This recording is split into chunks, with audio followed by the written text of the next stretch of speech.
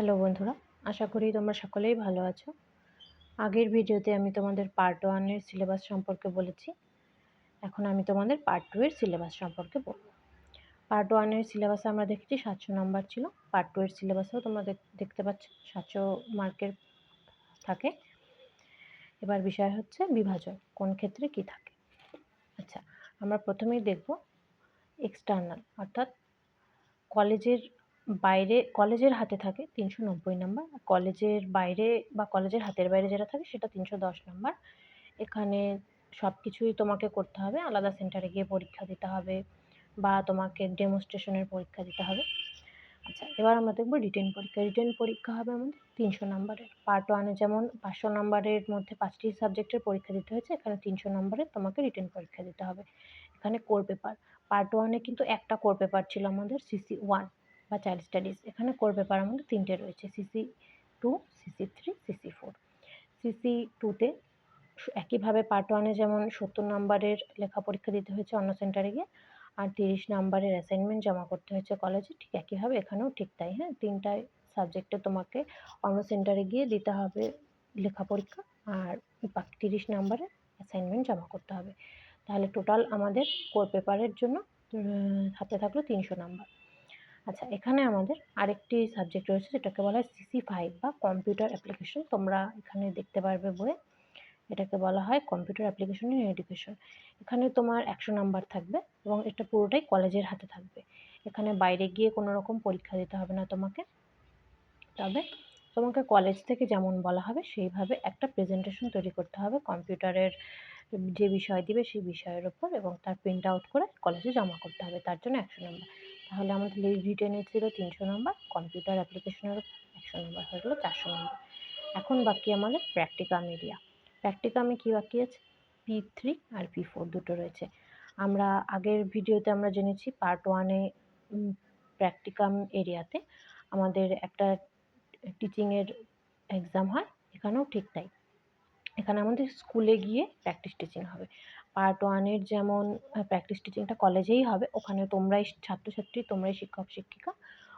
একই রকমভাবে পার্ট 2 এর যে প্র্যাকটিস টিচিংটা সেটা কিন্তু তোমাদের স্কুলে করতে হবে, একদম গ্রাউন্ডে, মানে কোনো প্রাইমারি স্কুলে গিয়ে তোমাদের এই প্র্যাকটিস টিচিং করা হবে। তার উপরে তোমাদের পরীক্ষা হবে। এবার এখানে থাকছে মোট 200 নাম্বার।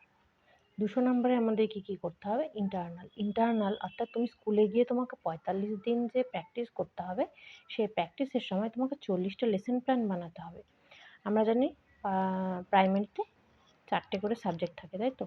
বাংলা, অঙ্ক, ইংলিশ, পরিবেশ। প্রত্যেকটা সাবজেক্টের উপর 10টা করে লেসন প্ল্যান। তাহলে 4টা সাবজেক্টের উপর 10টা করে লেসন প্ল্যান তৈরি করতে হবে এবং তোমাকে স্কুলে গিয়ে পড়াতে হবে সেই মতো। তাহলে 40টা লেসন প্ল্যান তৈরি করতে হবে। আর এখান থেকেই বেস্ট 4 লেসন প্ল্যান, তুমি 4টা সাবজেক্টের উপরে যে বেস্ট 4 লেসন প্ল্যান, সেই 4টা সাবজেক্টের উপর 4টি লেসন প্ল্যান তৈরি করে এক্সটার্নালের জন্য রাখতে পারো। এখানে রয়ে গেল তোমার 200 নাম্বার। আর কি বাকি থাকলো? P4। P4 বা স্কুল বেসড অ্যাক্টিভিটিস।